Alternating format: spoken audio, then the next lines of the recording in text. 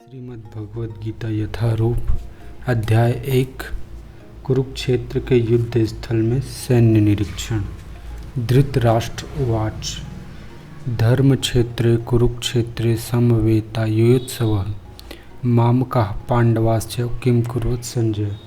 धृतराष्ट्र ने कहा, हे संजय, धर्म भूमि कुरुक्षेत्र में युद्ध की इच्छा से एकत्र हुए मेरे तथा पांडु के पुत्रों ने क्या किया।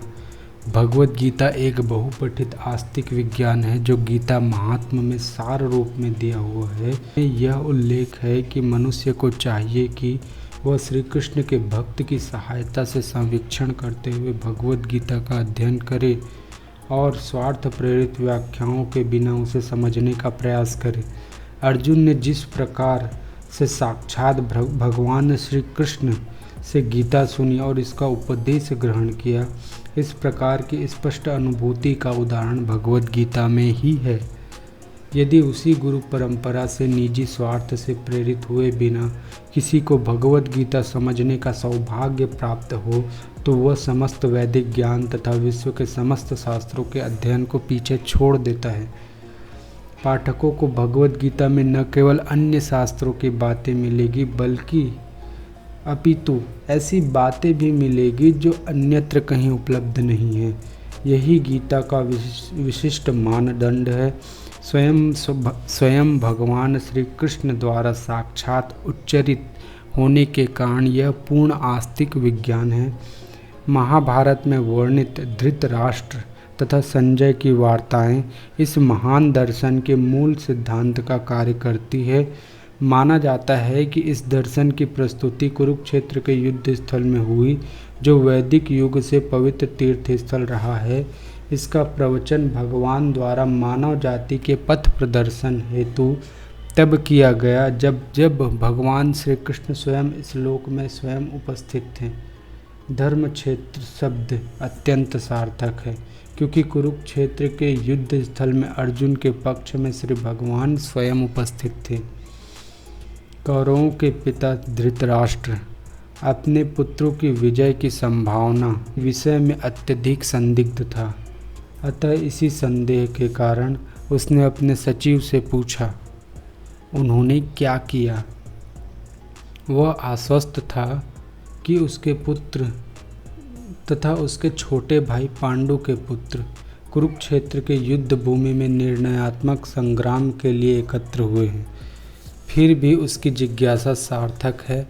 वह नहीं चाहता था कि भाइयों में कोई भी समझौता हो। अतः वह युद्ध भूमि में अपने पुत्रों की नियति भाग्य भावी के विषय में आश्वस्त होना चाह रहा था। चूँकि इस युद्ध को कुरुक्षेत्र में लड़ा जाना था, जिसका उल्लेख वेदों में स्वर्ग के निवासियों के लिए भी युद्ध तीर्थ स्थल के रूप में हुआ है।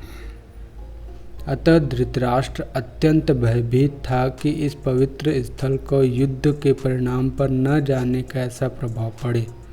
उसे भली भांति ज्ञात था कि इसका प्रभाव अर्जुन तथा पांडु के अन्य पुत्रों पर अत्यंत अनुकूल पड़ेगा, क्योंकि स्वभाव से वे सभी पुण्यात्मा थे।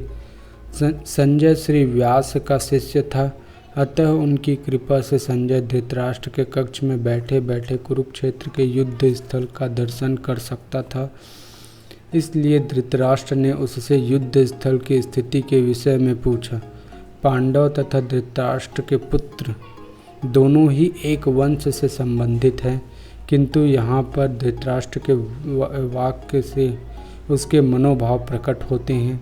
उसने जानबूझकर अपने पुत्रों को कुरु कहा और पांडु के पुत्रों को वंश के उत्तराधिकार से विलग कर दिया। इस तरह पांडु के पुत्रों अर्थात अपने भतीजों के साथ धृतराष्ट्र की विशिष्ट मना स्थिति समझी जा सकती है।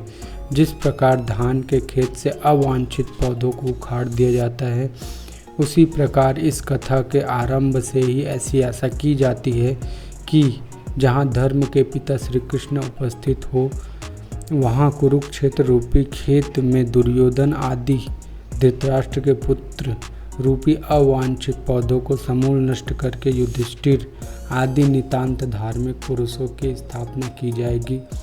यहाँ धर्म क्षेत्र तथा कुरुक्षेत्र शब्दों की उनकी ऐतिहासिक तथा वैदिक महत्ता के अतिरिक्त यही सार्थकता है